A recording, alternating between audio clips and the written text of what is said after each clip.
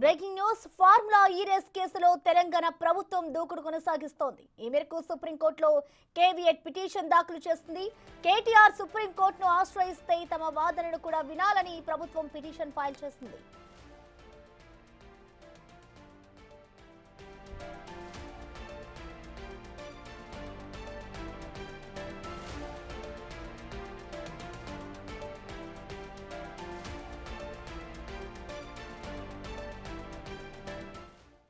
Formula ఈ race కేసులో తెలంగాణ ప్రభుత్వం దూకుడు కొనసాగిస్తోంది. ఈ మేరకు సుప్రీంకోర్టులో కేవీఎట్ పిటిషన్ అయితే దాఖలు చేసింది. కేటీఆర్ సుప్రీంకోర్టును ఆశ్రయిస్తే తమ వాదనలు కూడా వినాలి అంటూ కూడా ఇటు ప్రభుత్వం అయితే పిటిషన్ ఫైల్ చేసింది. మొత్తంగా ఈ పిటిషన్ కి సంబంధించిన కంప్లీట్ డీటెయిల్స్ ని ఢిల్లీ నుంచి మా ప్రతినిధి శివ అందిస్తారు లైవ్ ద్వారా. శివ,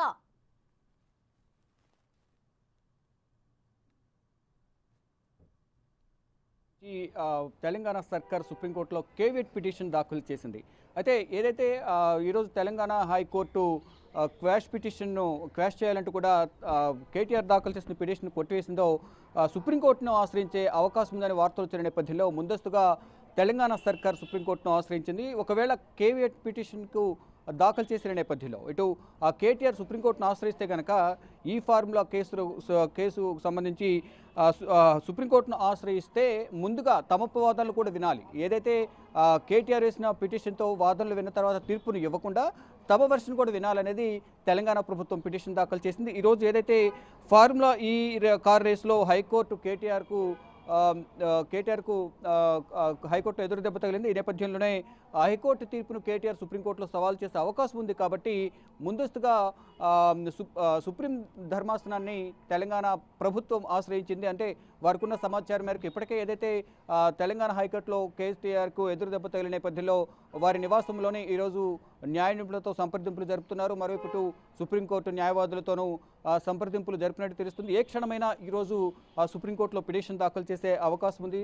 అంటే తెలంగాణ హైకోర్టు ఇచ్చిన తీర్పును సవాల్ చేస్తూ సుప్రీంకోర్టులో పిటిషన్ దాఖలు చేసే అవకాశం ఉంది. కాబట్టి తెలంగాణ సర్కార్ కేవీఎట్ పిటిషన్ దాఖలు చేసింది. ఇప్పటికే ఇటు బీఆర్ఎస్ పార్టీకి సంబంధించిన న్యాయవాది లీగల్ అంతా చూసే ఇటు మోహిత్ రావుతో ఇక్కడ సుప్రీంకోర్టు న్యాయవాదులతో కూడా ఇప్పటికే కేటీఆర్ అలాగే బీఆర్ఎస్ సీనియర్ నేతలంతా కూడా సంప్రదింపులు జరుపుతున్నారు. ఏ క్షణమైనా ఈరోజు సుప్రీంకోర్టులో పిటిషన్ దాఖలు చేసే అవకాశం అయితే కనిపిస్తోంది. గతంలో ఏదైతే ఈ ఫార్ములా రేస్కి సంబంధించి అవకతవకలు జరిగాయి, దీనికి సంబంధించి విచారణకు కూడా హాజరు కావాలంటూ కూడా నిన్న ఏసీబీ నోటీసులు జారీ చేసిన నేపథ్యంలో నిన్న ఏసీబీ వరకు ఆఫీస్ కార్యాలయానికి వరకు వెళ్ళి అక్కడి నుంచి మళ్ళీ వెనుదిరిగిన పరిస్థితి కనిపించింది. ఈ నేపథ్యంలో మళ్ళొకసారి నోటీసులు జారీ చేశారు.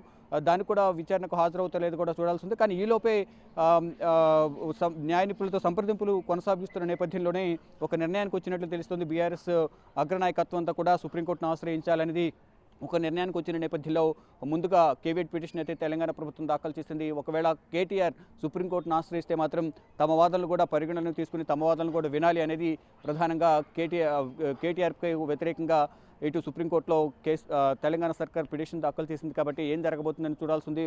ఈరోజు లేదా రేపట్లో మ్యాక్సిమం ఈరోజే పిటిషన్ దాఖలు చేసే అవకాశం ఉంది.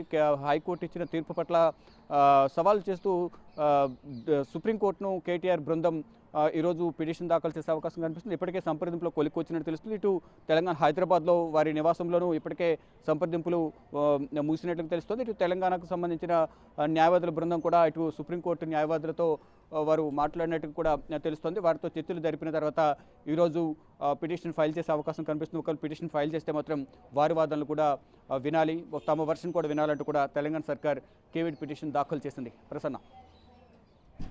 అయితే శివ, దీనికి సంబంధించి ఇప్పటికే కేటీఆర్ సుప్రీంకోర్టును ఆశ్రయించే అవకాశం ఉంది కదా, మరి ఈ రోజే ఆశ్రయిస్తారా లేదంటే దీనికి సంబంధించి ప్రభుత్వం కూడా మరో పిటిషన్ ఫైల్ చేసింది కాబట్టి అంటే ఎలాంటి నిర్ణయం తీసుకుంటారనుకోవచ్చు శివ?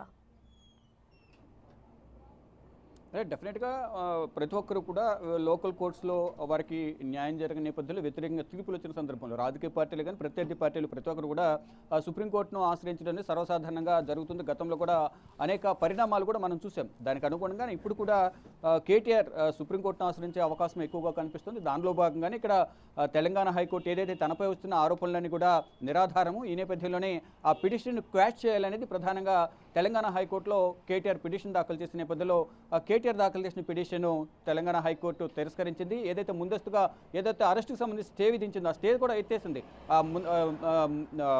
కొంత సమయం ఇచ్చి ఈ సమయం వరకు అరెస్ట్ చేయదంటూ కూడా మొదట కొంత నిబంధన పెట్టింది. ఆ స్టేను కూడా ఎత్తేసింది. అంటే ఎప్పుడైనా సరే విచారణ నిమిత్తం విచారణ చేసి అరెస్ట్ చేసే అవకాశం కూడా ఉంటుంది.